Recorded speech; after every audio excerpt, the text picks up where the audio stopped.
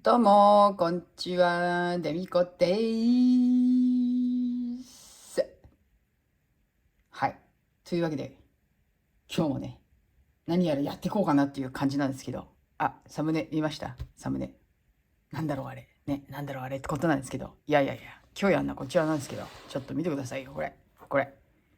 全部、ほどきました。はい。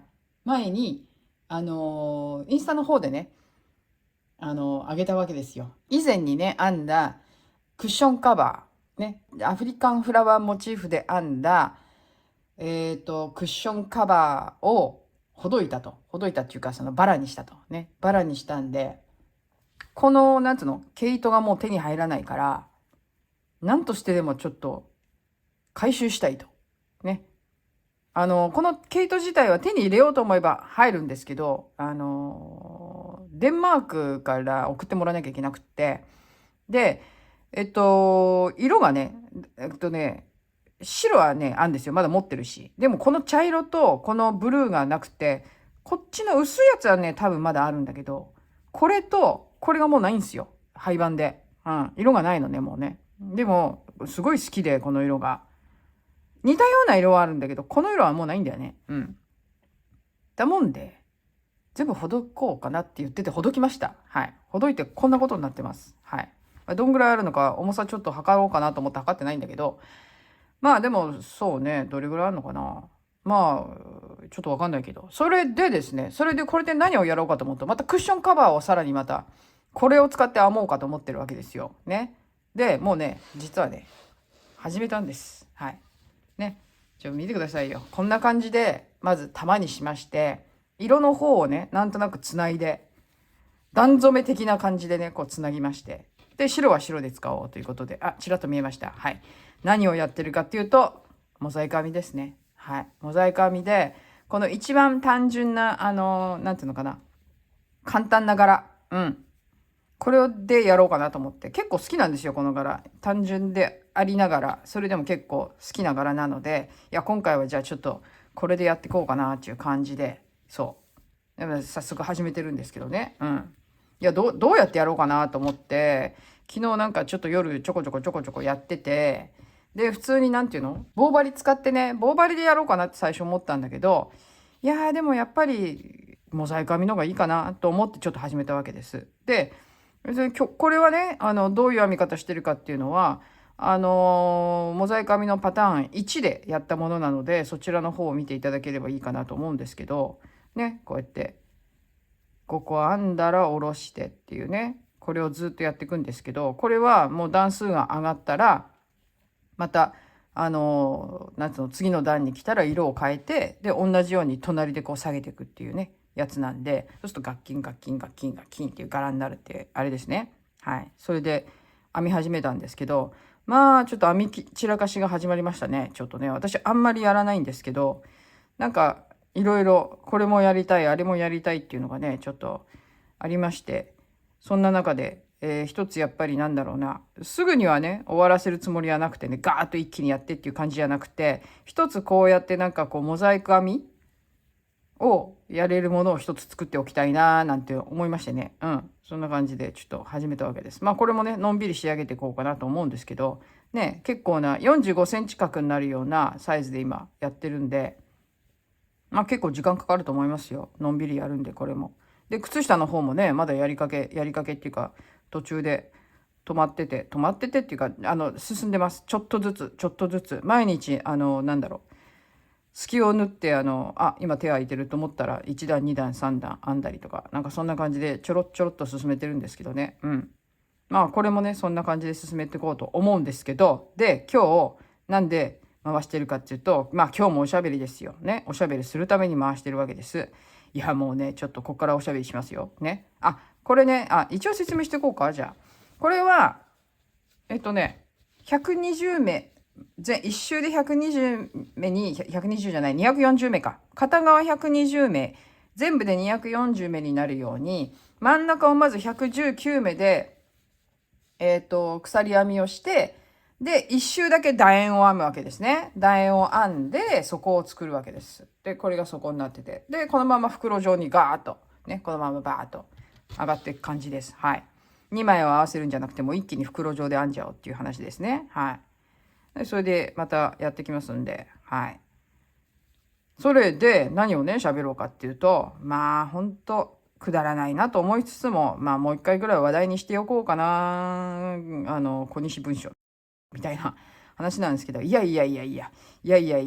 っとさ、私はさ、小西なんつうのはさ、別に追っかけてないから、ツイッターとかも追っかけてないんですよ、全然ね。うん、フォローもしてないし。だけどほら、みんな、ね、話題になってるじゃないですか。やつがどういうツイートしてるかなんつうのがね、もう耳に入ってくるわけですよ。いろいろ番組を見てると。ね、面白いなと思って。ね、だって、数日前にさ、その周りがぐちゃぐちゃ言ってることはさ、木に返さないって、本当は意に返さないなんだけどさ、木に返さないとか間違ってんだけど、言いながらその2日後にはさ、法的手段に訴えるとか言ってるわけよね。気にしないんじゃなかったのみたいな。全然気にしてるじゃんと思って。で、それで笑っちゃうのが速攻ブーメランって言って、ブーメラン得意だよね。ブーメラン、ブーメラン。本当ブーメラン得意だなって民主党時代からと思うんだけれども。なんだっけほら、ちょっと待ってね。今、見るわ。ね、見るわ。見ないと私もなかなか喋れないもんでね。いや、ほんとすごいよね。ほんと、ね、まずはさ、なんだおかしいのがさ、高市さんがさ、これは捏造ですって言ったものに対して、じゃあ捏造という方がね、その証明をしろみたいなことを言ったわけじゃないね。で、総務省の話では、捏造をしたという認識はないっていうことじゃん。うん。ここが総務省のギリギリの線なんだよね。だからね。捏造してないとは言えないわけよね。だって本当にしてたとしたら嘘になっちゃうし、したとももちろん言うわけなくて、した人が、捏造した人が。だって処分されちゃうしね。うん。だから捏造したとは考えてないってことは、いやでも捏造じゃないかもしれないけど、まあ正しくないかもしれないね。捏造したとは言わんけど、みたいなところでごまかしてるわけじゃん、総務省って。だって捏造してないんだったら捏造はしてませんって言えばいいだけの話じゃん。でも捏造してませんって言えないわけよね。だから、捏造はしたという認識はない。みたいな話なわけですよ。ね、言ったら。1、2、3、4、5。ちょっと待ってね。この角っこっていうのはちょっと繊細だから微妙だからちょっと気をつけてよね。ここだ。はい。ね、そういう話なわけですよ。で、そしたらさ、コニタンはさ、官僚は誰も捏造も改ざんもしてないっていうわけよね。だったらその捏造も改ざんもしてないことをあんた証明しなさいよって話じゃないだって。高市さんがさ、捏造って言ってるんだとしたらさ、ね。だから私はこんなことは言ってない、やってない。ね。レクなんか、こういった内容のレクはなかった。で、そのなかったことの証明をしろって言ってるわけよね。そしたらさ、コニタンはコニタンでさ、官僚は誰も捏造も改ざんもしてないって、総務省の言ってることは、いや、捏造したつもりはないんだが、で止まってるわけよ。だったらそのさ、職員が、ね、官僚が誰も捏造も改ざんもしていない証明をこの人しなきゃいけないんじゃないのね、しなきゃいけないんじゃないの違うのそこしなさいよっていう話だよね。高市さんにレクがなかったことの証明しろだのなんだろっつってね。じゃあ、捏造改ざんがなかったっていう証明をコニタンがしなきゃいけないんじゃないのこれって。ブーメランやね、本当に。ほいでいてさ、今日になって出てきたアスクルね。アスクルってほら、アスクルってどんな会社なのと思ってちょろっと調べてみたら、あれは、あれらしいね。ソフトバンクの子会社らしいけれども、文具っていうかオフィス製品とか事務用品かの、通販っていうことでね。で、その代理店が、なんだっけ、麻布食品っていうとこで、で、そこで金が、払われてて、支払われてて、そこが代理店になってるから。で、あれでしょその支払いが麻布食品っていう会社を通して行われてると。代理店、要はアスクルの代理店っていうことでね。で、その麻布食品っていうのを調べてみたら、ホームページも何もないらしいんだけれども、で、それを登記簿取って調べてみたら、取締役の中に、コオロギ太郎の、弟ね、実弟の名前があったと。で、そこへの支払いを毎月毎月、5万円以内に抑えながらも、毎月毎月何かを買ってるのかは知らないけれども、で、それが、まあそれは何か買って払ってるのかもしれないんだけど、それはそれでいいとして、だから記事がさ、ね、出たわけでしょ、それに関する。ね、それでなんか河野とのそのね、興梠太郎側の方とその関係があるんじゃないかとかさ、なんかだから結局はさ、その麻布食品からさ、太郎の方にさ献金がいってるわけよね。うん。まあ二郎がやってるからありえなくもないけども。でそれでじゃあつながってんじゃないかみたいな話になって、太郎とコニタンがね。うん。でそこでなんかそういう記事がまあ出てたわけだけれども、まあ内容はどうであれね、うん、どうでもいいんですけど、私はね割と内容とかどうでもいいと思うんだけれども、ただそこでその記事に対して捏造だって言ってるわけよね、コニタンは。ね、この捏造記事で法的手段に出るとか言ってるわけよね。うん。いや法的手段に出るのはいいんだけどもさ、捏造って言ってんだったらさ、なんつうの、捏造って言った側が証明しなきゃいけないわけよね。ね、捏造であることを。だからコニタンはその記事に対して自分がそれが捏造っていうことを証明しなきゃいけないわけよね。うん。それが法的手段に訴えるってことなのかね、よくわかんないんだけども、自分のなんていうの、その自分が捏造だっていうんだったら、その捏造だっていうことを証明したら自分でね、高市さんにしろって言ったわけだから。でもこれさ、今までの答弁っていうかその質疑をさ聞いてたらさ、書いた記事ね、記事書いた記者がこの記事書いたのを捏造だとは思っていないって言ったらさ、捏造だとは思っていないって言ったら捏造じゃないわけでしょ。ね、この記事書いた人が捏造とは思っていないって言ったら捏造じゃないわけよね、コニタにとってはね。うん。だからじゃあそうなったら捏造だってことをコニタが証明しなきゃいけないわけよね。頑張れっていう感じよね。うん。頑張れ。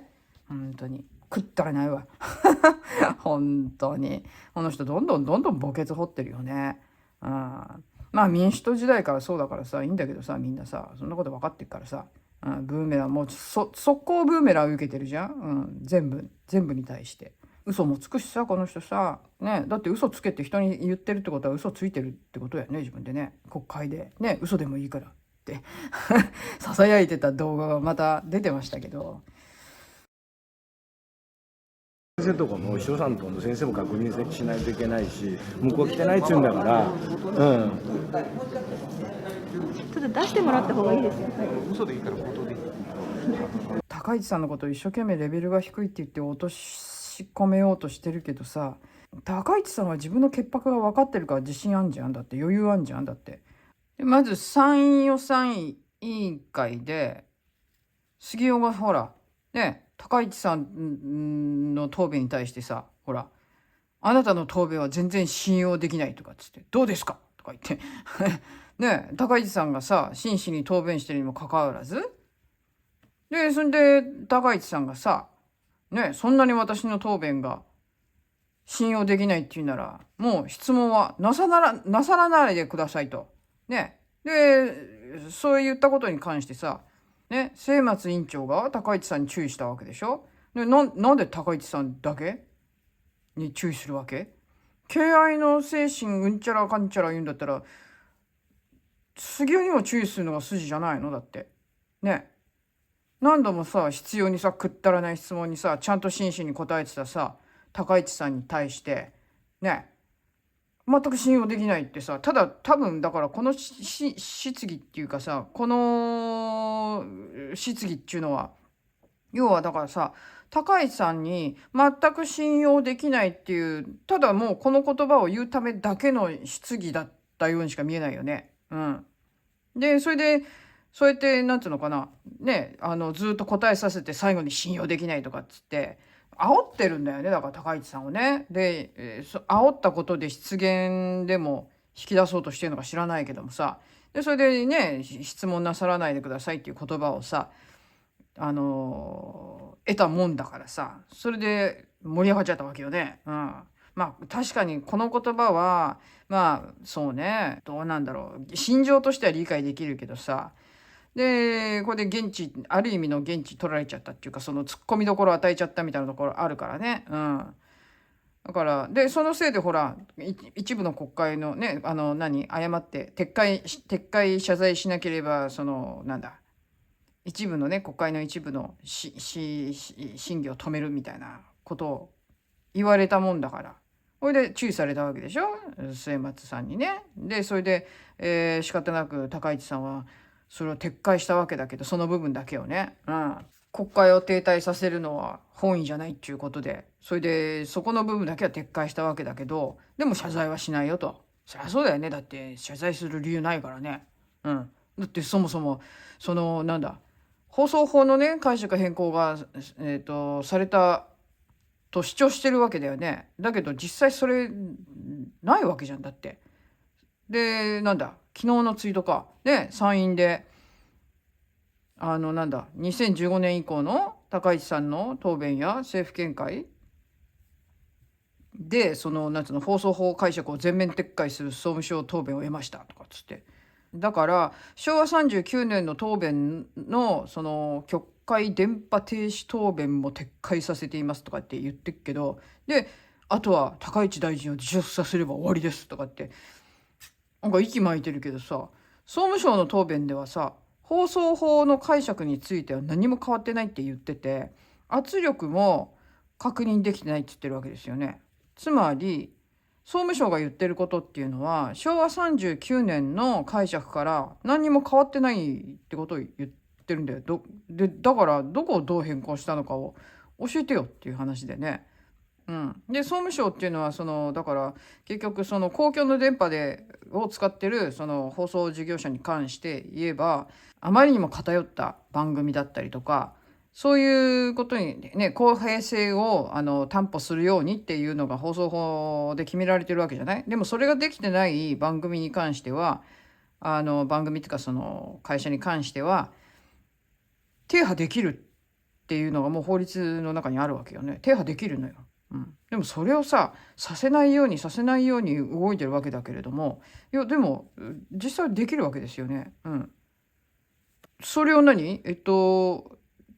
電波停止できないようにさせたとでも思ってるのかしらね。わかんないんだけど、何をやりたいのかちょっともわかんないんだよね。はい、というわけでちょっと新しい段に来たんでどうやろうかなっていう話なんですけど、ここはあれです。立ち上がって本来であれば一つ入れるんですけど、入れずにもうすぐ隣に行きます。はい。隣に行く理由は立ち上がりを目立たなくさせるためでございます。はい。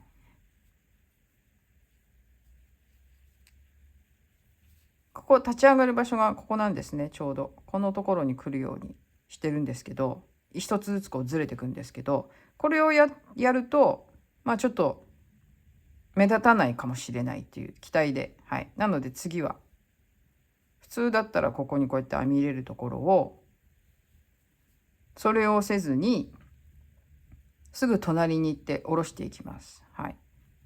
立ち上がってる場所としてはどこかというと1、2、3、4、5間5なんで、ここの頭から出てることになるんですけど、これを立ち上げただけで本来は入れる細編みを入れずに進んでいきます。はい。なので頭が一つずつずれていくような感じになるんですけど、間違えた。いいんだね。でここを下ろしていく。はい。だから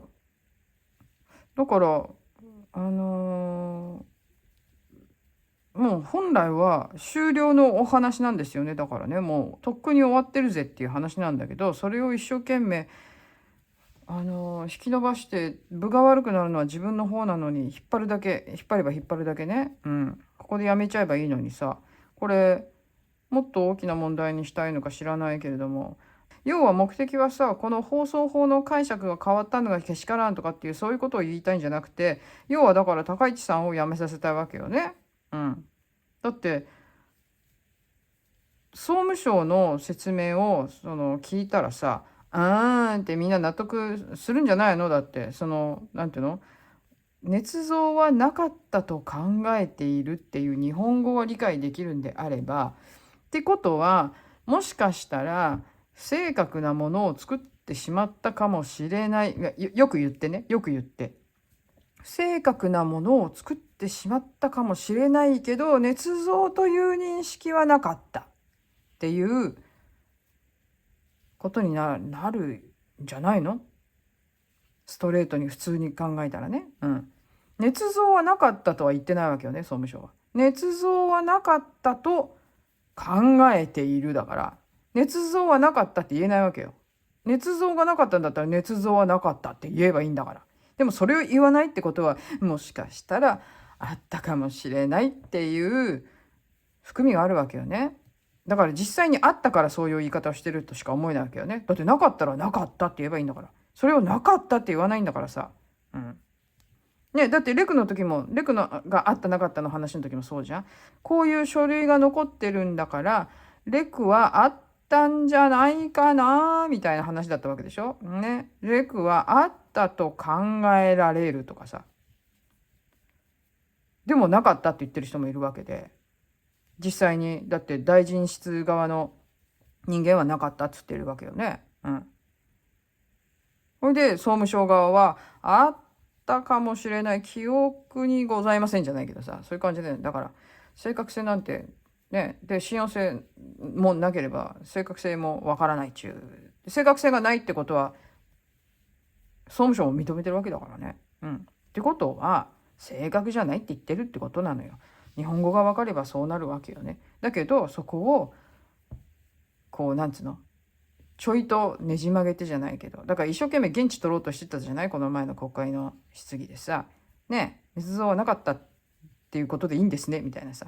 だから捏造がなかったと、考えているとしか言わないわけよね、総務省側はね。だからあったとは言わないわけよね。本当だからさ、もう総務省ギリギリのラインでごまかそうとしてるっていうのがもうありありでわかるじゃない。だからそれもどうなのかなっていう話だしさ。そしてコニタンの必要な攻めもさ、なんか全然なんだろう、もうあんた滑ってんだけどいつまで踊ってんのそこでっていう話で。まあ自民党の中にでもね、高市さんのことうざいと思ってる人がいるのはそんなの昔から分かってることだからあれだけどさね、その辺と暗黙の了解みたいな感じで通じててやってるとかっていうふうには思わないけど、暗黙の了解的な感じでこうなんていうの、放置するみたいなね、そういう雰囲気はありますけどね、もちろんね。いやでもね、今回のこの話はね本当に分が悪いと思うよ、コニタン。だって高市さん自分が潔白なの分かってるから自信じゃない。だってどうしてコニタンはあれなのかな、揺らがないのかな、そういうところが。もしかしたらって思わないのかな。分かんない。振り上げた拳を下ろせなくなっちゃってるのかしらね、分かんないけど、じゃなかったらブーメラン来るの待ってるのかしらね、分かんないけど、まあ全然もう顔面中央に突き刺さってるわけだけれどもさ。総務委員会の方のあれだよ、地方交付税のことでね、それがストップするのはまずいからっていうんで高市さんはそこだけ撤回したわけだけどね、質問なさらないでくださいって、あれも筋違いだよね。だってさ、質問なさらないでくださいっていうのは答弁拒否でも何でもないからね。質問なさらないでくださいって言っただけで答弁拒否っていうのは答弁しませんっていう、その後もだってちゃんと答弁してるわけだしさ、答弁拒否とは違うわけよね。だからまあそこですり替えが入ってくるわけじゃんね。なんかそうやって少しずつすり替えてさ、高市さんは全然答弁拒否なんか全然してないのに答弁拒否したみたいな話になって、またそうやって貶めようとしてるんだけど、全部印象操作なんだけどさ。それでそれを撤回したら今度撤回したでなんだね、謝罪はしないんですかって謝罪はしませんって、だって悪いとこないのになんで謝罪しなきゃいけないのって話じゃない。もうやり方がさ、もうなんかかの国のやり方そっくりだよね、なんかね。だから現地さえ取ればっていうところがあるからさ、謝罪なんか一言しようもんならさ、もう警告と同じことをやってくるわけよね。謝罪したってことは自分が悪いってことを認めたんだっていう話になるわけじゃない。もうやり方がほんと警告そっくりだよね。メンタリティが一緒っていうさ、日本人的メンタリティじゃないと思うんだけど、ああいうのって分かんないけど、分かんないですよ。私はそういう風に感じるんですけどね。もうやり方稽古そっくり、金もと思って。でそれで言ってさ、あれでしょ、その総務委員会止めるうんたらかんたらっていうのをさ、立憲が言ってきたっていう話になってるわけじゃん。そのせいで高市さんは撤回せざるを得なくなったっていうさ話じゃない。話だってさ、要はだからさ、国民のさ、その生活を人質にとってって言うんだけどさ、私それ見てさ、ああ、やってることはあれだなーって、フランスのストやってる人と同じメンタリティーだなーと思ってさ、こっちのストのやり方って結局それじゃん。国民の生活をさ、人質にとってさ、ね、自分たちのやりたいことを推し進めるっていう方法でストをやるわけよね。だから交通機関麻痺しようが、ゴミ収集せずに街中にドブネズミが、いっぱい、出没しようが、いや、もうえらいことになってるらしいよ、パリ。普段はさ、セーヌ川のさ、周りにさ、ドブネズミって結構いて、夜になると出てくるんだけど、今はだからゴミ箱がさ、あちこち、もう、なんつうの、ゴミ箱っちか、そのゴミがさ、街中をさ、なんつうの、散乱してる状況っていうか、今はどうなんだろう、取りに来たのかな、分かんないんだけど、私もまだ行ってないからね。で、それでその状況の中でさ、ドブネズミがすごい増えたわけ。で、子供、なんつうの、その、ゴミ箱ってさ、要はさ、歩道に置いてあるわけよね。で、そこでチロチロドブネズミが出るわけじゃん。それと子供に危なっかしくって道路歩かせられないってわけよ。住民が。当たり前だけど。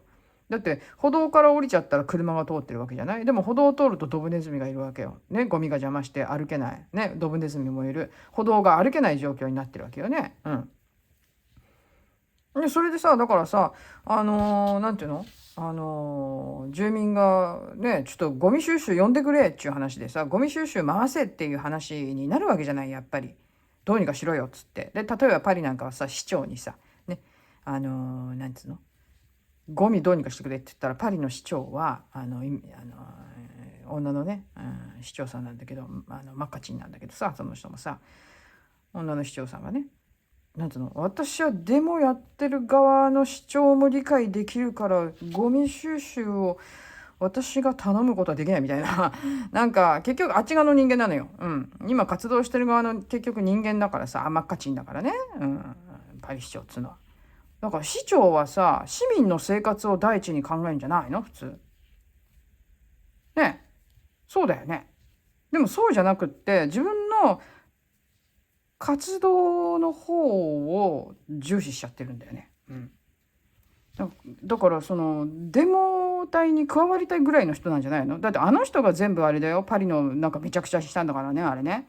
ほんとすごいえらい変なことしてるから、もうそれはそれでまた別の話だからいつか話したいんだけど、だからさ、その民主党じゃないや、立憲がね、その国民の生活をこう人質にとって新規拒否とかっていうの言語道断みたいなさね、政治家だからね、こっちはまだストやってる、一応一般ピープルだからさ、一応ね、まあ裏でいろんな人が、助けてるわけだけど、もちろんだけど一応一般市民がやってる話になってて、でも政治家がそれやっちゃいけないよねって話でさ、政治家がそれやっちゃいけないよねって。だって国民生活をさ第一に考えてさね、国を守ること、国民生活を守ること、要はだからそういうことよね、政治って。それをやるためにあそこに集ってんでしょ、だってあの人たち。でも言ったらね、あれなんですよ、審議拒否なんていうのはさ、自民党だって今までしてきたことだから、いろいろな場面で、もちろんね、まあだから理にかなった、もちろんね、そのなんていうの、審議拒否っていうのはもちろん今までだってあったと思うんだけど、そうじゃないものもいっぱいあってね、今までもちろん。で今回のやつなんか全然もうその総務省が正確性は担保できないって言ってるような書類をもとにさ、こうやって責めることに関して審議を止めるっていうさ、なんかお子ちゃまって言ったらよく言い過ぎだなっていうぐらいね。なんか国民の生活とかやっぱりどうでもいいんだろうね、あの人たちはね。自分たちがそのやる役割っていうのは、与党に対してね、政権に対して反旗を翻しね、彼らがやろうとしてること全てに反対し、上げ足を取って、でどうでもいいようなことで国会を空転させ、で通させたくない法案を通させないようにまた審議を止めるっていうか空転させるっていう、まあそれが仕事だと思ってんのかな。ねえ、そんなことやってるから支持率上がんないんじゃんね。もっとまともに動けばいいのにね、本当に。本当に、だから政権取る気なんかさらさらないだろうね。うん。だって政権取ったってできないってこと分かっちゃってるからさ、もうさ、ね、民主党の悪夢の3年間があって、自分たちがもうできないってことはもう痛いほど分かってると思うから。だけどやっぱりなんて言うんだろう、その野党第一党としての立場を守るためにさ、で与党のいけないところを糾弾していくんだっていう、もうそれだけじゃん。だって政策的なことでなんか何もないわけよね。ただ単に揚げ足取りしてるだけでしょ。あんなのだって政治家でいる必要ないじゃない。そういうのはさ、週刊誌とかにやらせときゃいいわけでしょ、言ったら。ね。なんであれを政治家がやってるの？あんたらの仕事じゃないでしょって話で。まあね、昔からスキャンダルっていうのはいろいろあって、でそこをなんていうのかな、適当に利用しては政治家をこうなんていうのかな、邪魔な政治家をさ、潰していくっていう手法はさ、昔からもちろんやってるわけだけど、はい、ここ真剣1234で、ここ最後こう重ねるように一応ここ重ねて、待って、これね、重ねるように最後ちょっと待って、こうでしょ。でこうだね、これを引き抜いて、でこうだ。違う、最後一目入れなきゃいけないのか。はい。でここ最後はここを引っ掛けてあげながら、ここの最後の目を一つもう一回入れる、上からね入れて、でこっちに引き抜くんだよね。こっちに入れて引き抜くから白だ。ここで白だ。白で、はい、こういう感じだね。はい。ちょっとここ分かりにくいと思うけど、まあこれが綺麗にできたら今度説明しますよ。うん。綺麗にできたらね、ちょっと今回お試しでやってみるんで、この方法で。はい。で次はだから隣またすぐ下ろしていく。立ち上がるだけで、ここは細編みは入れないでね、頭は。だからこうやって一個ずつずれていくんだけど、ほんとね、いまだにだからその立憲を支持している人がまあ数パーセントいるんだけれどもね、誰かが言ってたけど、このままいけば、ずっと永遠に、政党支持率が消費税を上回ることはないだろうと言われてましたけど、まあとにかく今回のことをなんかもうね、高市さんはあれだよね、相手にしたくもないっていう話だけど、でコニタンはコニタンでね、高市さんなどレベルが低すぎて相手にしてませんっつって何必死になってんだって話。相手にしてませんとか言いながら必死になってツイッターをね、更新しつつ、国会でやってるわけでしょ。相手にしてませんだったら別にやめればいいじゃないの。相手にしてませんとか言いながら、がっちりは相手にしてるじゃん。相手にしてもらおうと思って必死っていう感じがするけどね、こっちから見るとね。相手にしてませんじゃなくて、相手にしてもらおうと思って必死になってんのはお前の方みたいな感じじゃん。うん。どんだけ低レベルなのって。まあでもそれが国民のレベルでもあったりするんですよ。よく言うけど、うん。国会議員のレベルっていうのはね、国民のレベルでもあるんですよ。だから一定の人数、ああいう人を選ぶ人たちがいるわけでしょ。うん。ほんと。杉尾とかもそうだけど、杉尾なんかあれギリギリ取ったんじゃなかったっけ、あれ今回。なかなか当確が出なくて。それでも、取った数は結構な数取ってたけど、でも杉尾は確か最後に通ったんじゃなかったっけ、議席。今回の選挙で。今回とか前回の選挙でね。いや、落ちるかも落ちるかもっつってワクワクってやってたところ最後通っちゃったような気がするんだよね。それでみんなでがっかりみたいな。うん、なんかそんな感じだった気がする。もしかしたら、落ちるかも落ちるかもなんつって最後まで頭角が出なかった気がするんだよね、杉尾は。確か忘れちゃったな。どうだったっけかな。うん、確かそうだった気がするよ。ギリギリっていうか最後の最後で通ったような気がするな。まあとにかく今回は小西劇場みたいな感じでね、うん、また私はある意味バカバカしさをなんて言ったらいいのかな、バラエティ的にね、うん、楽しみながら見たいと思います。はい。くだらないのでね、ツイートをね、彼のツイートをわざわざ自分で追うことはしませんが、めんどくさいし、そんなの。まあ、ツイッター私あんまりやんないんでね、やんないっていうか、時々見るんだけど、ツイッターはね、なんだろうね、あんまり、あんまりハマらないな、あのタイプ。やってはいるけど。でもデミコじゃないですよ。私の元赤ですよ、普通のね。個人的なプライベートな赤で一応やってはいるんですけど、だからなんで私がツイッターでデミコで使ってないかっていうと、めんどくさいんですわ要はね、ツイッター使うのが。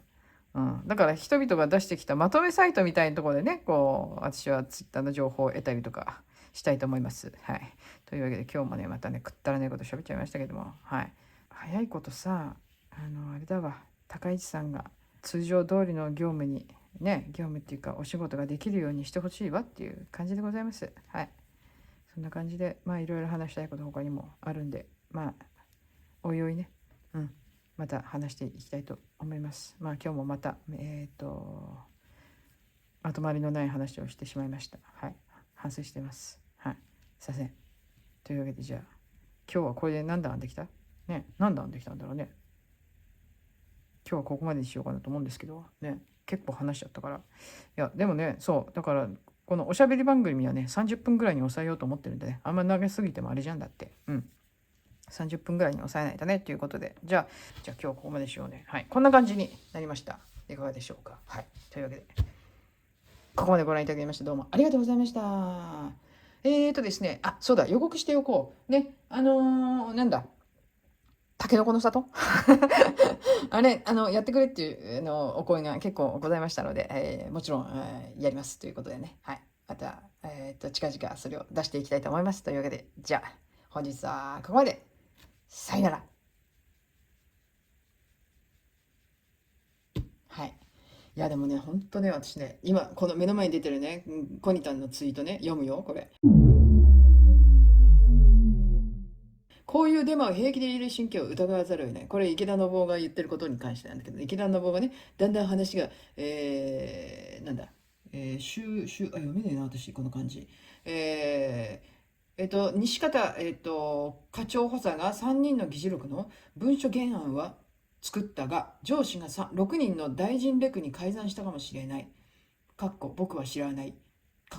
という話が落としどころかな。現役の職員を守ろうとする総務省、言えないよ、総務省って。総務省は立派って言ってるけど、結局はだからあれでしょ、3人で喋ったこと、官僚だけで話したことを、大臣室の2人の官僚と大臣合わせて、6人の大臣レクに改ざんしたかもしれないって、僕は知らないけどっていう言い方でね、かもしれないっていうところが落としどころかなっていうところを、だから池田さんが言ってるわけよね。こういう感じで収まるんじゃないのっていうところでね。まあ、総務省がその職員を守ろうとするのが立派かどうかっていうのは別としてね。で、それに対して小西博之が、こういうデマを平気でいる神経を疑わざるを得ない。毎回デタラメな主張を振りまいて恥ずかしくないだろうか。官僚は誰も捏造も改ざんもしていない。高市大臣が自分の主張そのものを捏造していると考えれば全てが整合するって。毎回デタラメな主張を振りまいて恥ずかしくないのだろうかって、そのまま返してあげたいよね。官僚は誰も捏造も改ざんもしていない。その証明をしてください。高市大臣が自分の主張そのものを捏造していると考えれば全てが整合する。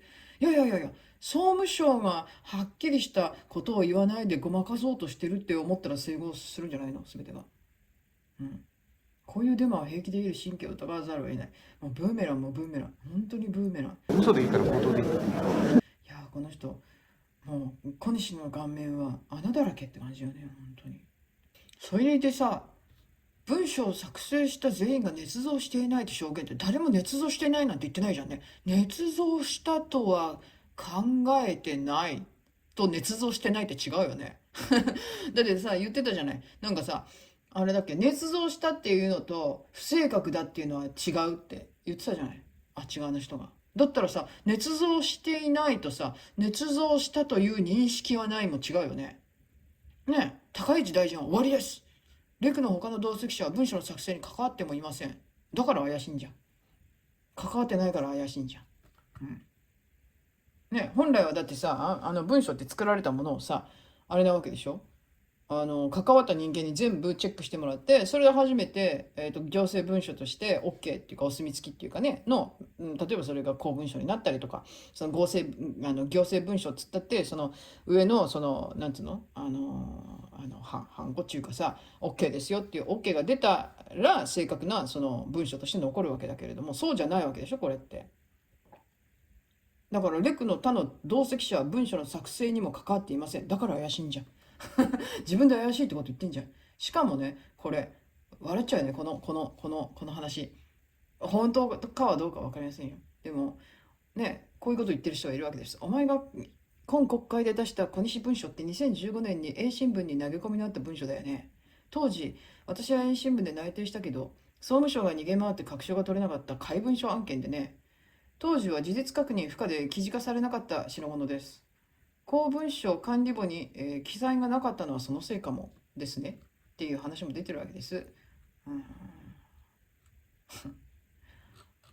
一回だからボツになった記事っていうかボツになった文章だっていうことですよ。